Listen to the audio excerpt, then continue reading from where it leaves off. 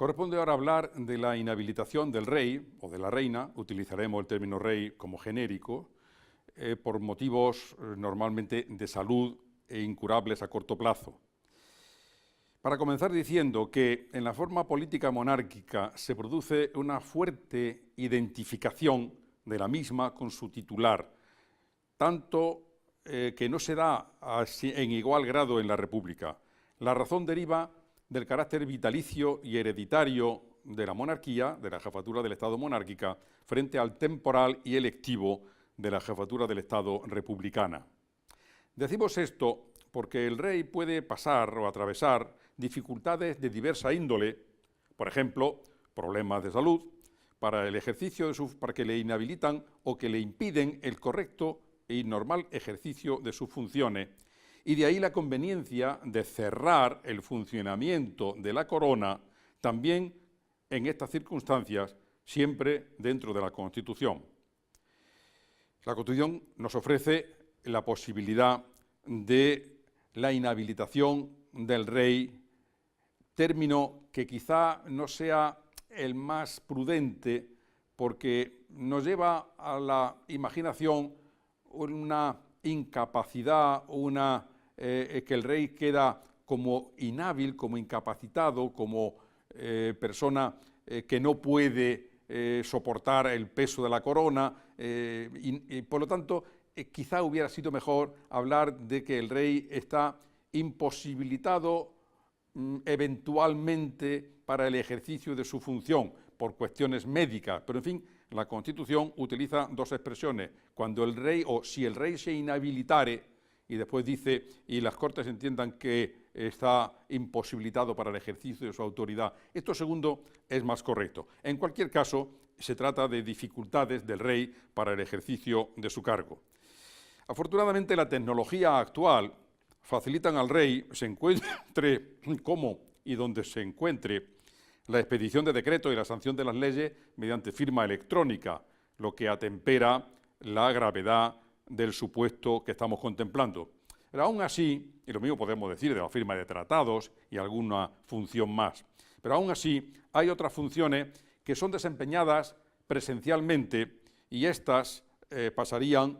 a ser atribuidas al príncipe heredero si no están encomendadas expresamente al rey por la Constitución como jefe de Estado. Por ejemplo, el alto patronazgo de las Reales Academias es una función que el príncipe heredero puede ejercer, digamos, no tanto como delegación, sino actuando como portavoz del rey, ¿no? Pero hay otras que el príncipe heredero no puede ejercer porque están atribuidas al rey como jefe de Estado y hace falta la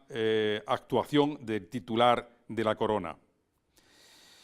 Y esas, si se dan las circunstancias de que estamos hablando y no puede ejercerla el príncipe heredero, quedan sin posible ejercicio. Y eso es indeseable, por lo que hay que advenir a la solución de esta improbable situación que se puede dar en España.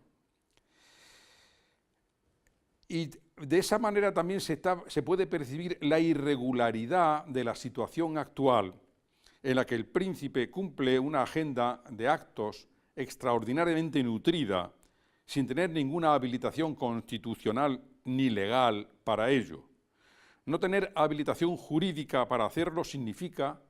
en primer lugar, que está actuando en el vacío, sin título jurídico, como digo, pero en segundo lugar, que tampoco está cubierto jurídicamente por si de su actuación pudiera derivarse alguna responsabilidad, bien política o bien jurídica, jurídico-penal, por ejemplo. Y por consiguiente, la renuencia que existe en la Casa Real, hay que suponer que del propio rey, así como de la clase política española, gobierno y oposición, en esto durante 35 años, haya gobernado quien haya gobernado, ha habido acuerdo de que las cosas de palacio no se tocan. La renuencia a establecer un estatuto jurídico del príncipe heredero, pues hace que nos encontremos o nos podamos encontrar en una situación como la descrita. Realmente, si la situación es de imposibilidad del rey para el ejercicio de su autoridad, es para meses, Entonces, lo mejor, el instituto mejor es el de la regencia. Es decir, que las Cortes reconozcan que el rey tiene imposibilidad momentánea y eventual para ese ejercicio y entonces el príncipe heredero pasa a ejercer la regencia.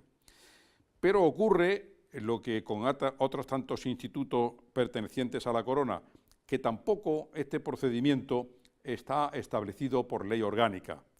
con lo cual tenemos que colmar la laguna constitucional con los principios generales de la monarquía que informan la monarquía parlamentaria, a saber, pues el rey, si él mismo toma la iniciativa, habla con el presidente del gobierno, y si el rey no la toma, puede tomarla el presidente de gobierno instándole a una conversación sobre el particular y preguntándole cuál es su disposición y si lo tiene a bien, etc. Y de ese diálogo institucional saldrá un acuerdo, el que fuere. Si el acuerdo es el que se proceda a ese reconocimiento de la imposibilidad de actuar, entonces se sigue tramitando de una manera parecida a cómo se tramitaría la abdicación, a saber, el presidente de gobierno lo pone en conocimiento del gobierno,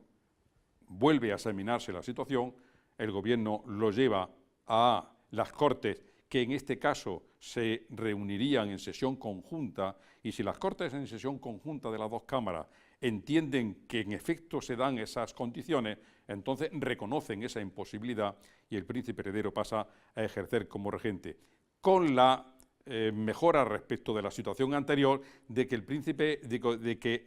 regente, el príncipe heredero como regente, como jefe de Estado en efectivo, aunque el titular siga siendo el rey, pero como jefe de Estado en efectivo, sí puede realizar todos y cada uno de los actos del rey, que la Constitución atribuye al rey, todos y cada uno, aunque la prudencia política dicte la conveniencia de que algunos que pudieran tener carácter irreversible, mejor sería dejarlos para cuando haya normalidad de circunstancias, como puede ser, por ejemplo, una reforma constitucional en la que se apruebe la segregación de una parte del territorio nacional. Eso es normal que no se aborde en situaciones de regencia, pero salvo casos de ese tipo, que por otra parte no están excluidos por el dictado y por la letra de la Constitución, salvo casos de ese tipo, el regente puede ejercer todos los actos de la titularidad del monarca, incluso el mando supremo de las Fuerzas Armadas. Esa es la situación, la solución normal para esas circunstancias, porque hay que entender que la regencia no es un ataque a la monarquía, no es un ataque al rey, como la reforma constitucional tampoco es un ataque a la Constitución, sino que son válvulas de seguridad para que, si se trata de la reforma constitucional, para que la Constitución siga siendo útil, y válvulas de seguridad para la monarquía, para que ésta no sufra periodos de incapacidad en la que nadie puede actuar como jefe de Estado.